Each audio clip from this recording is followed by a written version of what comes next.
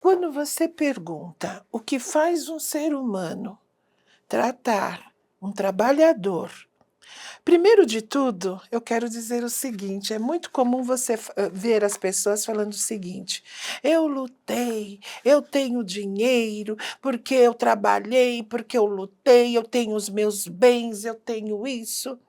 Mas ele esquece que se ele tem esse bem, alguém trabalhou para ele. É verdade. Porque se não houvesse o trabalho, não haveria o capital. É verdade. Então, se existe o capital, é porque alguém trabalhou para ele.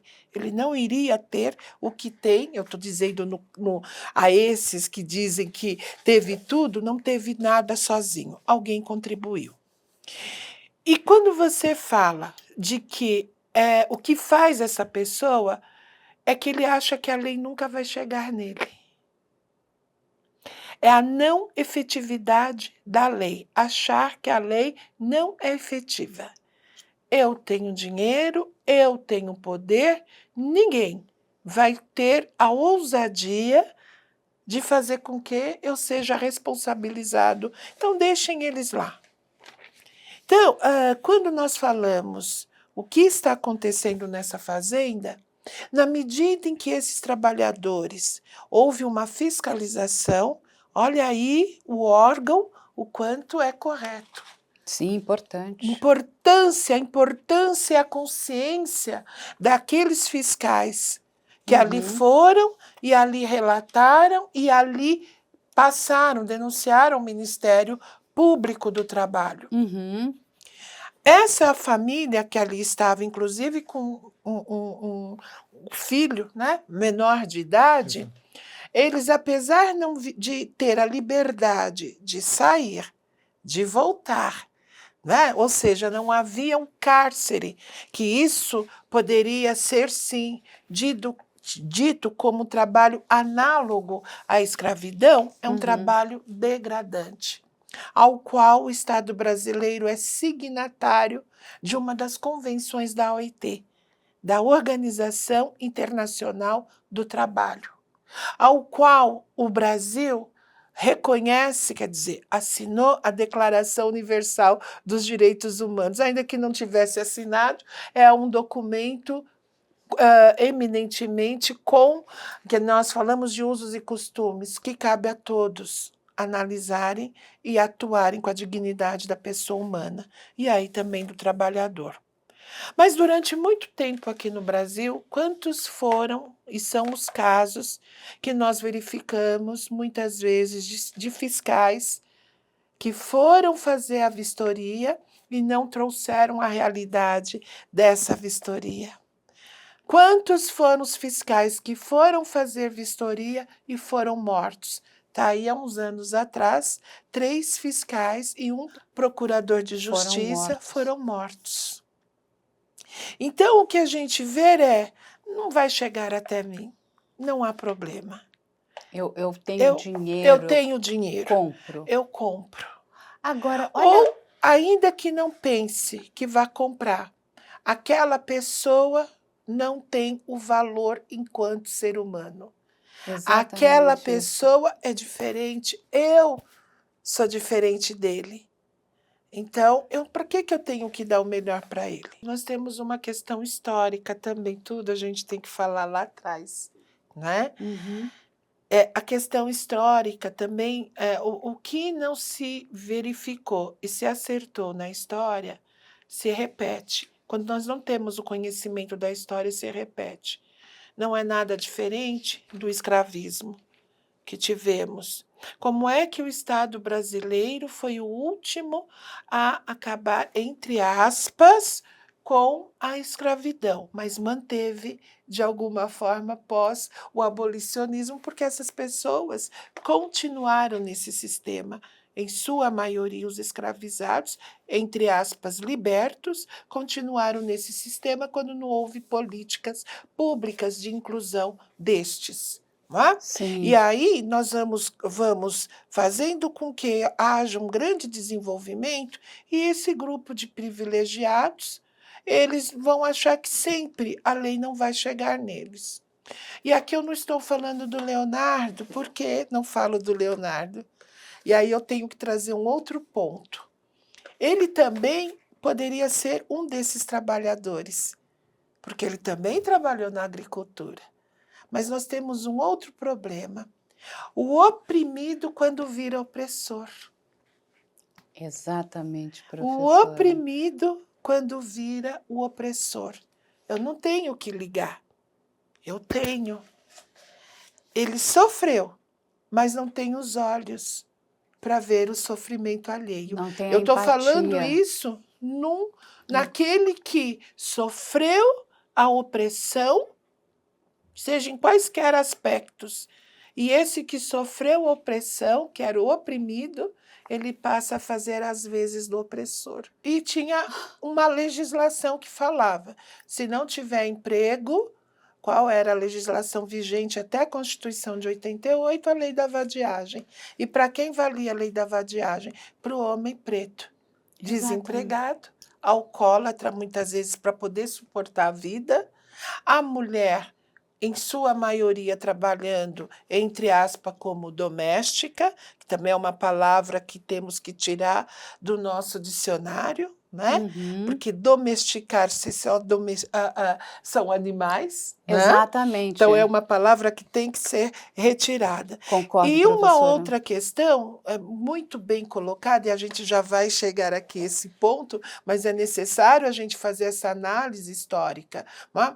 Quando se fala da lei do ventre livre, que aprendemos na escola, que era uma lei fantástica, maravilhosa, tal, foi a lei que mais desagregou famílias negras. Foi a lei que levou as escravizadas a entrarem com ação de liberdade para procurar os seus filhos. E aqueles senhores que não davam ou permaneceram com os filhos das escravizadas eram os tais indenizados. Quando nós vamos ter Rui Barbosa, ministro do Tesouro Nacional, que vem e diz: vamos pegar toda essa documentação e vamos incinerar para acabar com a coisa mais triste que houve no Brasil, que foi o escravismo ou a escravidão. Ele não acabou com a escravidão. E ele propositadamente fez isso para que eu, enquanto descendente lá dos meus ancestrais, não pudesse ir atrás das famílias que nos explorou e pudéssemos hoje sermos indenizados. Então, acabar com os nossos documentos é acabar com a nossa história. O povo negro brasileiro, afro, não tem história nesse Brasil. Eu só, antes de seguir, queria fazer uma pequena correção. Corrija, professora. Sai no jornal que o Leonardo entra na lista, incluído, suja. né, na lista suja, Suja. do governo, pelo governo. Não é uma política de governo, é uma política de Estado. Não Boa, é esse governo. É do Estado. É do Estado. Porque quando a gente fala que é do governo, nós estamos colocando o dedo. Olha como esse governo é cruel. Para quem é fã do Leonardo. Olha como Ou do o governo, agronegócio, né? ou do agronegócio, olha como ele é cruel. Não é uma política do governo, é uma política do Estado. Essa lista ela existe desde 2004, né, Então, doutora? desde 2004, é uma política do Estado, em razão de quê? Para fazer com que houvesse efetivamente, tanto no trabalho degradante, como na proibição do trabalho degradante, como na proibição do trabalho análogo à escravidão, à luz da OIT. À luz dos instrumentos internacionais de proteção dos direitos humanos. Então, não há que se falar que é do governo. O governo me pôs na lista suja. Não. É uma política do Estado em razão de um ato que foi cometido. Ainda que não tenha sido análogo à escravidão, é um trabalho degradante. Fere a dignidade da pessoa, do trabalhador. É desumano. Desumano. Mas eu vejo que isso é uma característica histórica do nosso país. Outro dia eu estava ouvindo, volto a falar da questão histórica e vou tecer comentários sobre esse trabalho também, entre aspas, doméstico, onde nós estamos vendo várias mulheres sendo resgatadas, e falo resgatadas porque elas estavam em cárcere. Quando nós falamos eminentemente, voltando a esse critério histórico, né, o privilégio daquele no escravismo, e que isso vai passar de vô para filho, de filho para neto, e se a gente for pensar que são 136, 137 anos, entre aspas, do chamado escravismo, mas que só agora a gente está tentando, ou estamos tendo, a possibilidade de colocar todas essas questões à mesa. Mas o que eu quero dizer é o seguinte: outro dia, ouvindo um historiador, Uhum. eu peço desculpas porque não me recordo o nome dele, mas eu achei ele brilhante. Eu preciso de novo ver, ouvi-lo e pegar a obra dele. Um jovem historiador, que ele pegou e falou o seguinte: até então nunca eu tinha eu mesma avaliado qual a diferença do escravismo, nós não estamos falando de racismo, em relação ao Brasil com os demais países das Américas. Está justamente na sociedade escravocrata. Os Estados Unidos possuía uma sociedade escravocrata. A Colômbia, uma sociedade escravocrata. A Argentina, uma sociedade escravocrata. E assim Cuba, o Brasil. Não é a sociedade. O Estado brasileiro soberanamente era escravocrata. Então, era o império escravocrata. O único país que se fala na independência e na proclamação, mas se mantém a escravidão. Por quê? Porque é soberano. É soberano. Então, isso traz os efeitos hoje para muitos. A gente está vivendo isso. Isso! Porque, enfim, é uma questão de história. De história.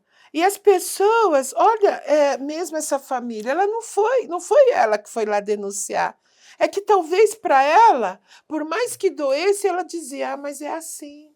Ela acredita. Ela acredita. Era aquela época dos anos, eu era criança, eu contestava muito. Quando eu ligava a televisão, que você nem nascido era, e também a Carla. Mas Imagina, ligava a professora. televisão, escutava. Por exemplo, estava lá um jornalista no Agreste do Nordeste, onde as pessoas estavam sem água, e quando se pegava, nossa, o que acontece? Por que vocês... Porque Deus quer assim. Ele acredita nessa máxima. Lembra? Porque Deus quer assim.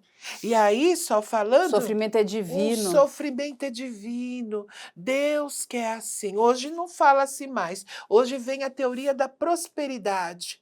Eu posso, eu tenho, não preciso mais do Estado. Porque Deus me quer próspero. Se você não alcançar a prosperidade, você não soube orar. É verdade, Então, de um professora. polo para o outro.